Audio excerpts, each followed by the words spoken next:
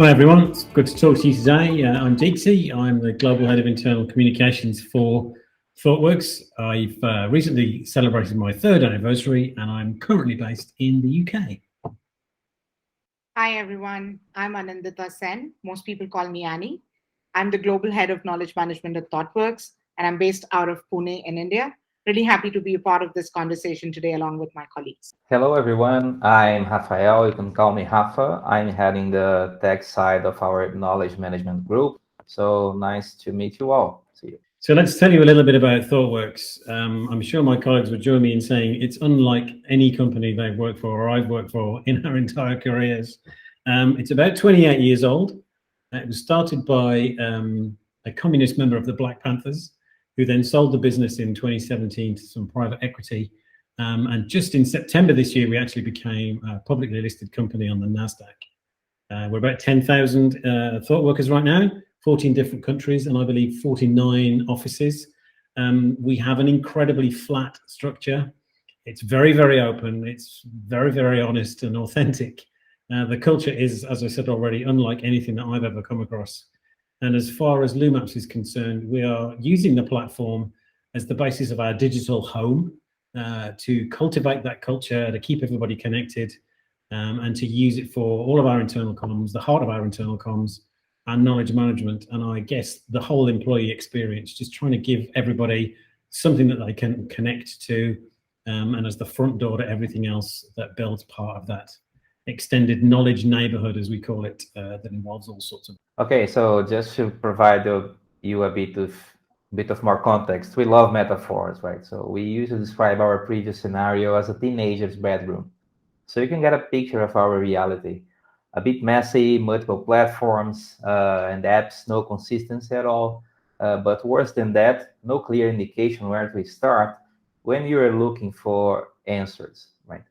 So it was hard for our colleagues to find information they needed, especially to ensure that it was the most recent version of a content, or even who to contact if they needed more details. A few years ago, we migrated from another internet provider, an internet provider platform, to Google Sites. That led us to different challenges regarding permission control, information architecture, content templates, and just to name a few. And Lumaps is definitely helping us to address most of those challenges, the main ones at least. And of course, there is a long journey ahead, but we can now say with much more confidence that we have a better place to go. Yeah.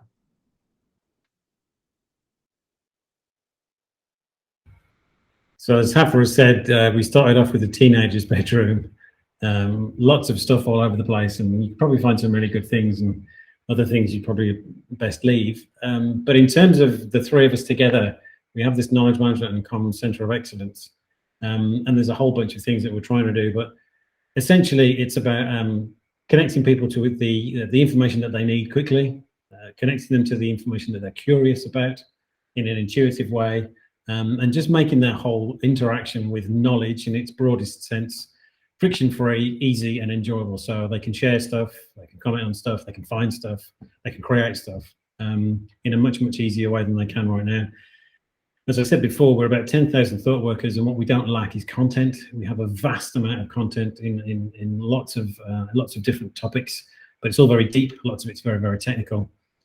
So it's our job to try and make that whole process of connecting with it and getting some value from it as easy and simple as possible. And I guess one of the good examples of how we've done that recently, as I mentioned again before, we've recently become a publicly listed company. So we did a bit of a takeover of Thoughtworkcentral, which is how we've branded our digital home. It's what we call the Lumaps platform. And during that week, which was middle of September, we gave it over to a whole bunch of stories about what was happening on the day, some live coverage the night before and on the day it all occurred on September the 15th.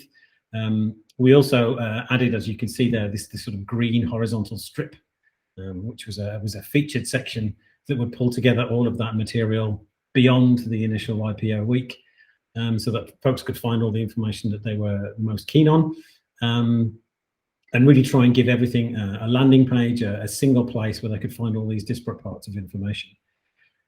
We've done that similarly earlier in the year when we did a brand refresh as well, because as I've already said, we have content all over the place, and the primary aim of Thoughtworkcentral is to give people that front door, so they always know the first step, and once they're there, it's easy and intuitive to find the material that they need.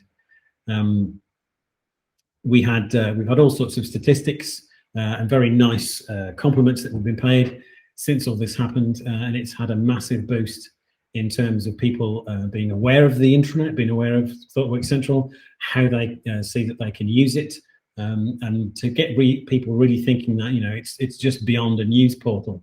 There are many, many things that we can use it for in the future, thanks to the example that we were able to give them during the IPO week and the brand refresh that we did earlier in the year. So it's been a great test bed for us to see what's possible, and for thought workers to also see that you know, we are actually trying to create something that's completely centered around them and around their access and value from the knowledge that we generate as a business.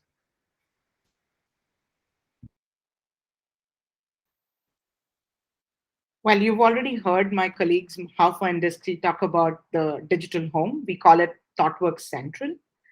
So as part of the solution for Thoughtworkcentral, our digital home, we are focused on helping thought workers be more productive and efficient in their ways of working and being awesome partners to our clients. One way to do that was to design Central not only as an internal communication platform, but also as our knowledge base or our knowledge platform. We are essentially a Google Workspaces company and extensively use the Google Suite to all our workspace needs. So we've been using Loomapps to effectively surface content that we create across the company on Central, and this has really helped us in our knowledge management efforts. We can say Central today acts as our gateway for the collective knowledge of Thoughtworks. That brings me to another key feature about our solution.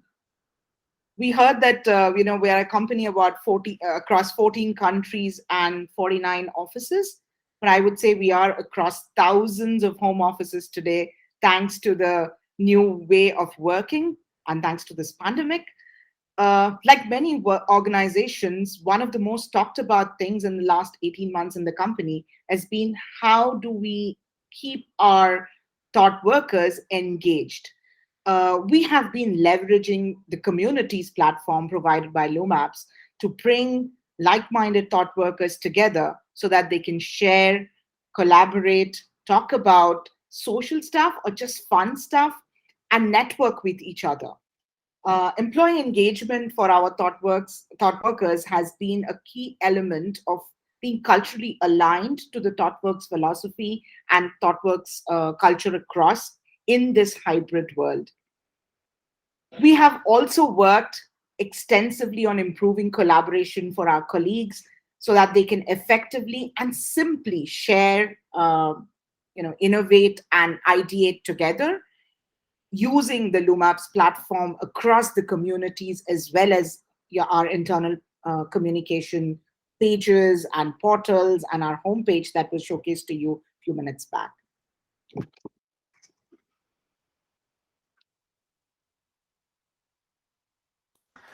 Well, we mentioned already this IPO week and IPO day. It was a really remarkable moment for the whole company. So we have also some good figures, good numbers to let you know a bit more on what happened at that time. So just to mention the social amplification too. Well, actually mentioning everything, we saw a massive engagement from our colleagues at that IPO week, which was amazing.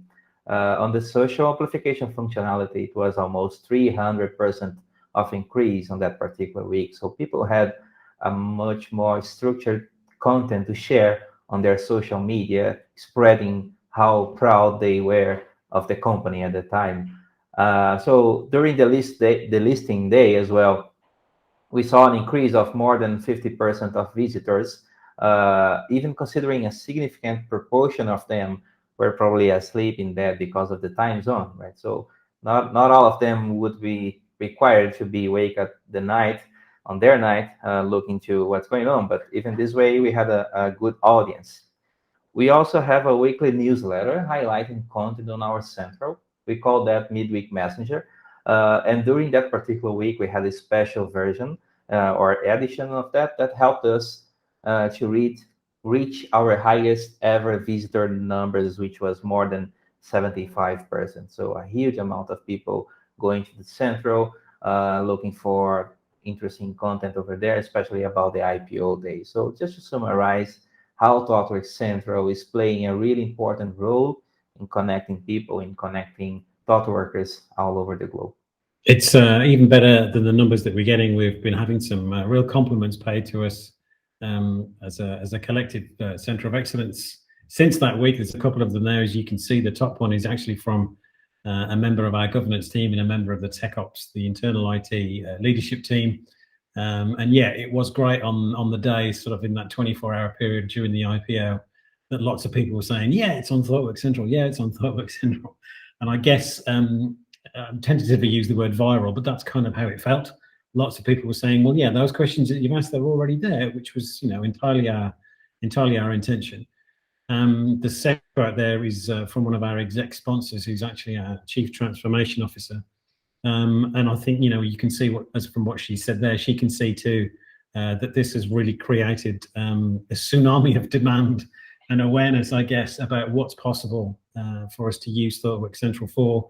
And we are riding a bit of a crest of the wave right now in terms of the new things that we want to do with all of the things that we showcased through the IPO. And as I said earlier, in the brand refresh that we did previously in the year. So I think if we talk to you in 12 months' time, we'll have some even better figures.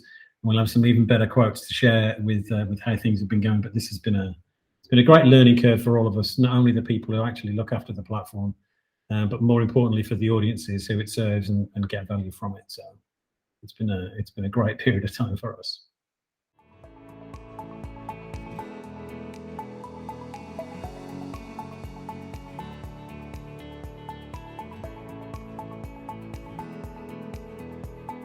Hi there, everyone. My name is Jana Ferguson. I'm the Director of Customer Enablement at SugarCRM, and I'll be talking to you guys a little bit today about our community. So to tell you a little bit about Sugar, we're a full-service CRM platform. So we incorporate marketing automation, sales automation, and customer service. And we really strive to help our customers achieve what we call a high-definition customer experience. So that's giving customers a truly clear picture of what's happening now and historically and potentially even in the future using AI with their leads, contacts, and accounts. And then letting the platform do the work so that they can focus on driving amazing experiences for their customers. So that's what we do here at Sugar. Within Sugar, I manage our adoption team. So that falls within our customer experience org. And my team is responsible for making sure our customers have all the tools and resources they need to be successful using Sugar. So there's really two main aspects to my team. There's Sugar U, which is our training and education program. So we have a few folks there who create all of our courseware, keep all of that up to date. And then we also have our user community, which is Sugar Club. So it is an externally facing community. We have a community manager who keeps it running on a daily basis. His name's Alex. He's wonderful. And we launched Club in August of 2020. So with the help of Social Edge, huge shout out to them for helping us out and getting everything launched. This is actually our third iteration of a community at Sugar. So I'll kind of get into the history in just a second. But we have about 7,000 club members. Those folks, some came from our previous community, some are new since launch. And then really all the stats to the right are new since we kicked off Club. So all the badges and gamification, that's a whole new program for us. So I'll kind of take you guys through some of the challenges we had leading into Club and then how we solved those. So when it comes to challenges, there are really three main challenges we had when we set out to launch Sugar Club. First, our previous community platform was being discontinued. So we had no choice but to move to a new platform. And we really took that as an opportunity to reinvent what our community was and what we wanted it to be for our customers. The next two, you kind of have to understand a little bit of context of sugar to know why they were so challenging for us.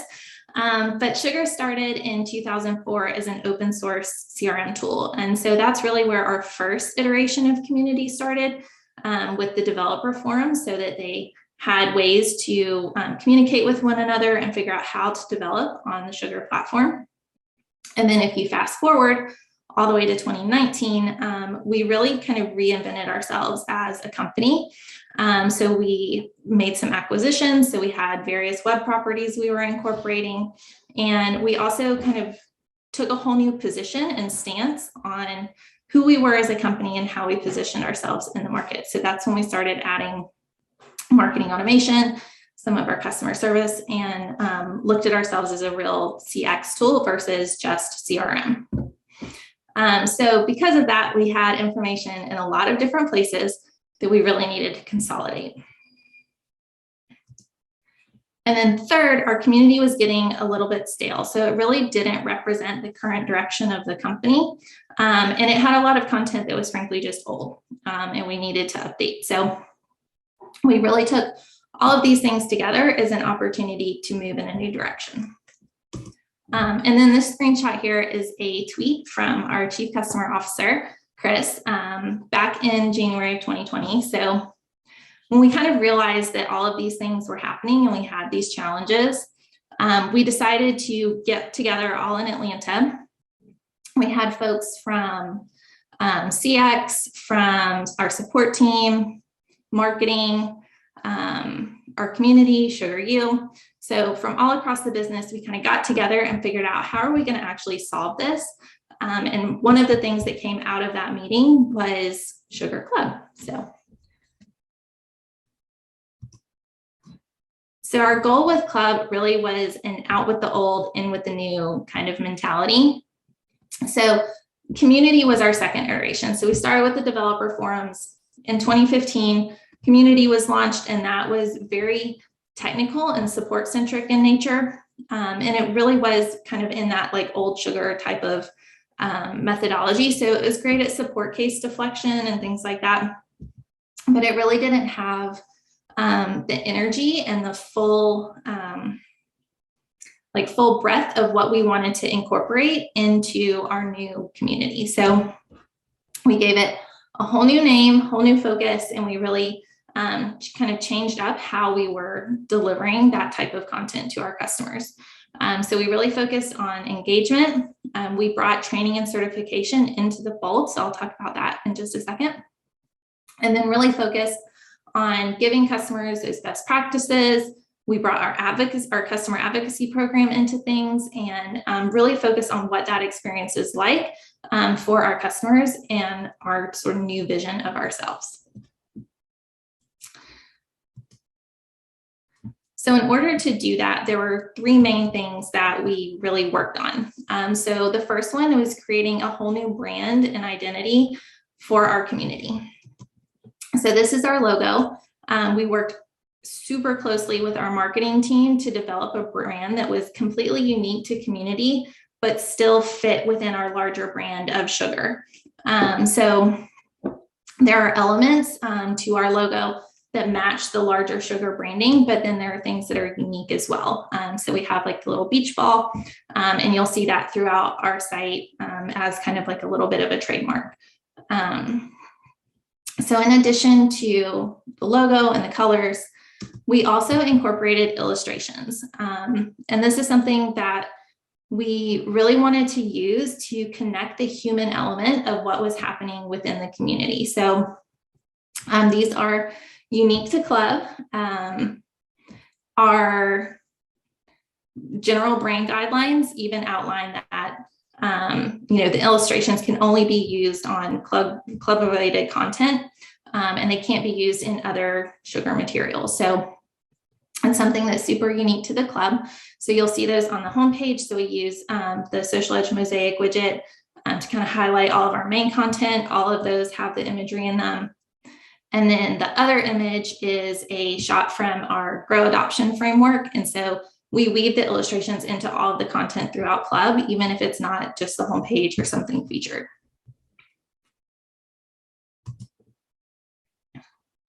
And then the last thing, we've even brought it into some of our customer events as well. So we recently just hosted Club Zone, which is our first virtual user conference. We've done in-person conferences in the past, but this was our first virtual one, and we included the illustrations all throughout that branding as well. And we brought in that beach ball to the Club Zone logo to tie it back to Club as well. So that was definitely the first kind of key component that we did. Also, huge shout out to the Social Edge design team. We kind of mocked everything up, but they were able to really bring that to life and also make sure that we were able to sustain it on our own moving forward. So we do have a number of like custom widgets that they designed for us that are part of the site, but we're able to then kind of edit and reuse those on our own moving forward, which is really helpful. Then the second thing we did was integrate our learning and our community into one site. So like I said, we had a number of tools and websites that were kind of spread out, and customers had to go to different places to get what they were looking for. So what we were actually able to do was integrate our LMS into Sugar Club. So now customers can browse our entire course catalog without ever leaving the club, and they can even enroll there as well. So if you were to click on e-learning, you can choose the course that you want to sign up for, and then you can enroll straight from there. And so that uses our SSO to take them straight into our LMS, which still hosts all of the actual course content. And then like quizzes or any like certification type stuff is all still technically in the LMS site. But for the customer, it's kind of one seamless experience. If they're already logged into Club, once they hit enroll, it'll take them straight into the SugarU site to actually take the course. So one less hurdle for customers to get through. And it also allowed us to kind of reorganize the way we display content and make it easier for people to navigate as well. So there were kind of double wins on that one. And we have actually seen a uptick in the number of registrations by having everything integrated together. So it's been a real treat for us. And then the last thing we did was unite the community with our customer advocacy program. So we had a quasi-defunct advocacy program that had been started by a previous marketing team, and it really wasn't kept up to date or a lot of energy put into it. And we wanted to reinvigorate that because customer advocacy can be such a powerful thing for your brand.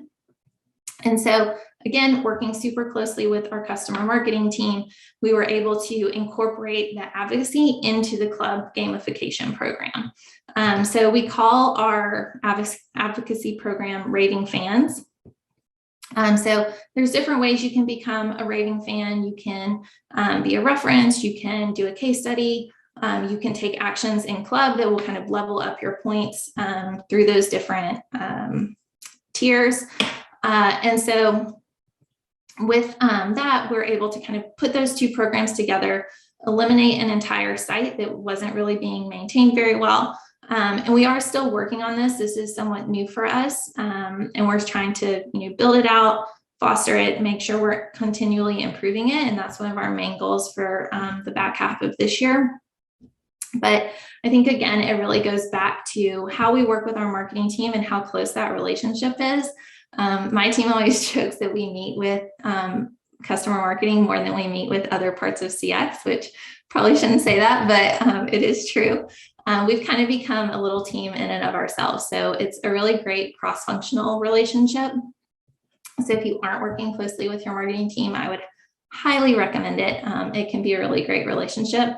They know a ton about things like web design and optimization and can really benefit your community site if you work closely with them. So highly recommend that.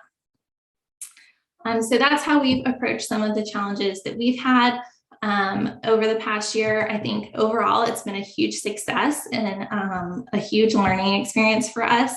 So happy to share any other learnings or ideas that we've had. So again, my name is Jana Ferguson, and thank you for attending.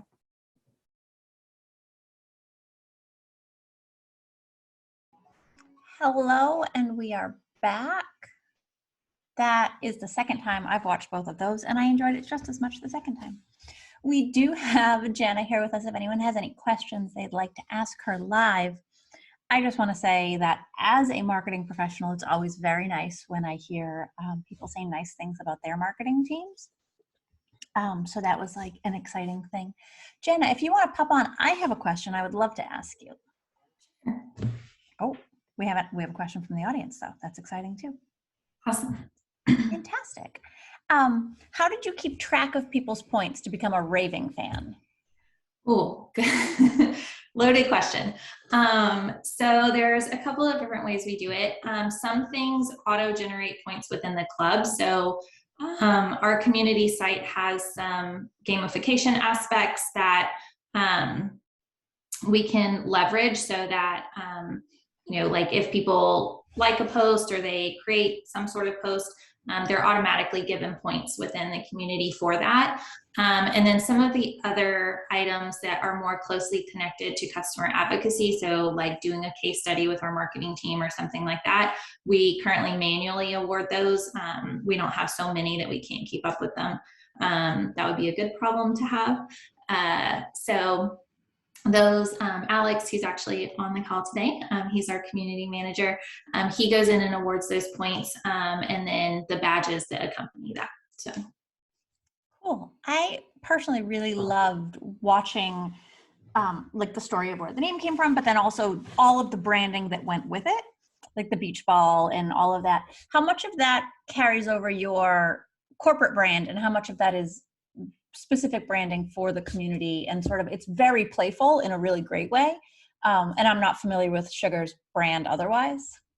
yeah, so I would say probably the greatest crossover is in all of the like colors and fonts. Mm-hmm. And it's interesting because as a company, we went through a rebrand back in May and launched. It was like similar to our old logo, but we stripped all the colors out. It's just black and white now. And then like the rest of our branding and site has a lot of like really fun colors, and the work that we did on Club the year before actually ended up informing a lot of the changes we made to the brand as a whole. And then that kind of combo made them really fit together. But all the illustrations are completely unique to Club. Those can't be used anywhere else in the Sugar brand or materials. And then the beach ball is unique, but it incorporates what was our old logo colors. So we have another question from the audience. How does the automated bit work specifically? Is the automated points awarding an element within LoomApps or something you've integrated? Happy for this to be answered offline. So we actually don't use LoomApps as our community tool. So we use a tool called Variant, and it's like an out-of-the-box feature from there. Oh, cool, great. We do have time maybe for just one more question. We are right at the top of our time. Sarah, I'm looking at you. Do you have any more questions? I'd love to ask them. Well, we will send this archive out tomorrow, and if you do have any questions, we'll include Jana's contact information and the contact information for our friends from Thoughtworks. Thank you so much for joining us for another Tech Thursdays. Thank you, Jana, for spending part of your Thursday with us. I appreciate your time, and as always, we appreciate our partners' support for making Tech Thursdays happen. So thank you so much, and have a great rest of your day. Bye. Absolutely. Thanks, guys.